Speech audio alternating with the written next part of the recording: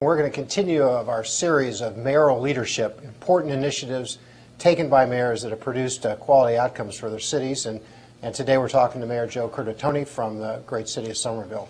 Mayor, you received a fair amount of attention about your performance measurements and your budgeting.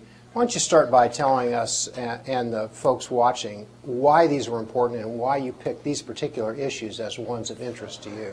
Well, I served 8 years on the Board of Aldermen, which was the city's legislative body. I also served as the chair of the Finance Committee. We were a city, like many municipalities, in crisis, fiscal crisis. We had just, back in 2003, we had got cut 20% of our local aid, which local aid made up 40% of our revenues to our budget. So when you have, during difficult times, your deficiencies, structural deficiencies or financial deficiencies become glaringly obvious. And what was obvious to us is that we weren't managing for results. I sort of describe our management style as driving a car blindfolded. We had a budget process. There's a line item budget, where nothing was aligned to any outcomes or measures. It wasn't descriptive. There were no goals and objectives. So if you were a department head in our Public Works department, you came before the Finance Committee at budget time. If you had $50,000 left in a line item, you could rest your bottom dollar. We cut it. So your only incentive was to spend down before you got to us. You didn't have to justify your spending. You didn't have to speak to what goals and objectives you reached or did not reach. There was no accountability, no transparency. Becoming mayor, when I ran for mayor, I knew there was an absolute need to manage on a real-time basis, using data, reforming the budget process, and manage for results. Now, you've used something called Somerstat. Is that what you've just described, or is that kind of a different issue? Somerstat is a major management tool we implemented, which was based off CityStat, which was based off CompStat in New York City, a crime model. And really, what it does is you use data available at your hands, at your fingertips to set policies, evaluate programs.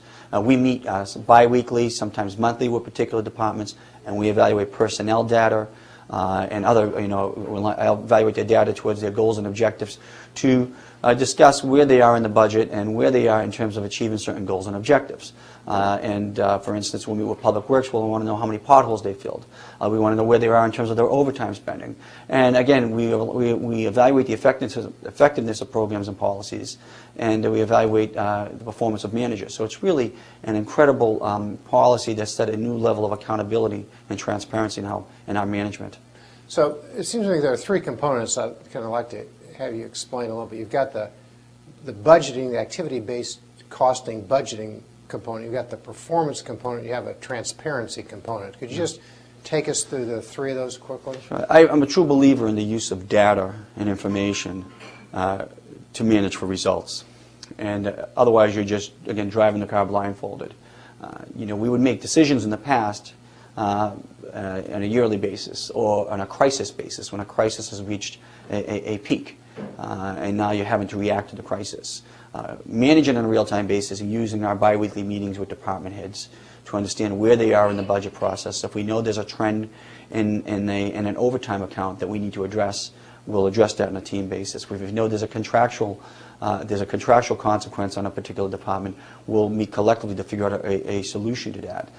We'll also know if a particular program in our recreation department was as successful based on participation and data from those involved. And we line that up with our goals and objectives in our budget process. It's really set up an incredible model for managers to manage for results, and to share that information with decision makers and the public. We also bring in our 311 call information from our constituents, so we understand trends and needs of constituents as they align with our budget, or as we begin to set priorities for programs and policies moving into the next budget process. So then you've got activity costing. How did you go about defining what the activities were? Because it feels like you have to have if you're going to measure performance, you have to be able to define the activities. So how did you put all that together? Well, in the traditional line item budget, you didn't know what those activities were. Right. I tell the story. I served 8 years on the Board of Aldermen when I became mayor. I'd ask you, your department, well, what do you guys do? Because I really don't know. I know you plow the streets and you pick up the trash, but what else do you do?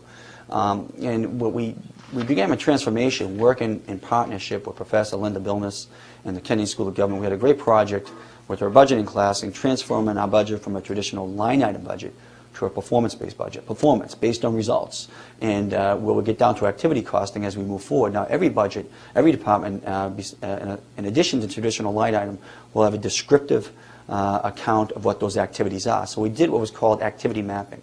Well, what do you do? Well, if in your department, well, we pick up the trash. What is involved in that activity?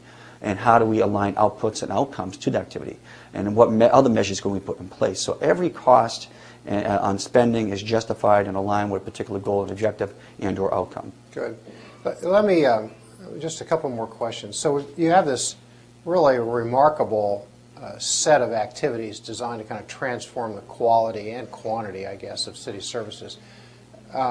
Why did you choose this group of things for to invest your political capital and personal leadership? And what were the obstacles that it required you as mayor to do as contrasted to some of the folks working for you? So how did you invest your time to cause this change in city performance and budgeting to occur? Well, I'm a big believer in managing for results, and I'm also a believer in taking the best practices of the public and private sector and bringing them into municipal government. There's no reason why municipal government can't function as the best businesses in the private sector do. And there's some great models. And I look at the best practices in Indianapolis and Baltimore and around the country and in the private sector, whether they be on performance-based budgeting, on management, and customer service, and wanted to bring them into Somerville. And how did I drive to complete that? I mean, I ran for mayor, and I set that as my goal and objective, that we were going to transform how government works. Government was going to work for the constituent, for the customer, for the people. And we were going to manage for results for them. We were going to spend their dollars, tax dollars wisely. We were going to treat every person who accesses city services or wishes to access city services with courtesy and with respect. And again, we're going to set up a level of transparency and accountability that has never been in place in Somerville, and it will set a new level of a great example for other municipalities across the country.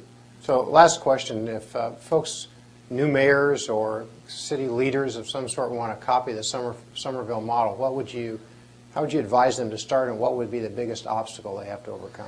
Well, I think in terms of obstacles, it's a cultural change at the end of the day. You need to be mayoral, and you need to set the tone. Your constituents want you to be successful, and even your colleagues do.